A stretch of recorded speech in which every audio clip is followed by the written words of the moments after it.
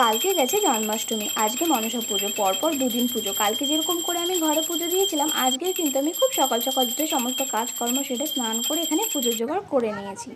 আমি কিন্তু ঘরেই পুজো দিয়েছি, মনসা পুজো আমি করিনি।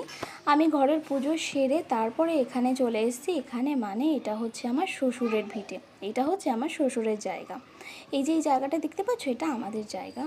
তো যাই হোক, এই ঠাকুরটা আমাদের পূর্বপুরুষের ঠাকুর, আমাদের বংশের ঠাকুর।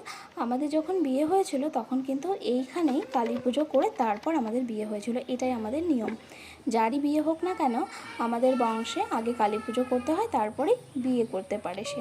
তো এখানটায় আমি, আমার মেয়ে, আমার স্বামী তিনজন মিলে আমরা ঠাকুরের কাছে পুজো দিয়ে দিয়েছিলাম আমাদের মঙ্গল কামনার জন্য, যাতে আমরা সবাই ভালো থাকি, সুস্থ থাকি, ঠাকুর যেন আমাদেরকে ভালো রাখে। আর বাস্তু ঠাকুরকে সবসময় শান্ত করে রাখতে হয়, এটা আমরা মানি। এরপরে কিন্তু আমরা চলে গেছিলাম গঙ্গার ঘাটে পুজো দিতে, কিন্তু সেই ভিডিওটা এখানে করা হয়নি, এখানে পাবে না তোমরা। যাই হোক, সবাই সবার মতো করে পুজো করেছে, আমিও আমার মতো করে পুজো করেছি। আশা করি তোমাদের ভিডিওটা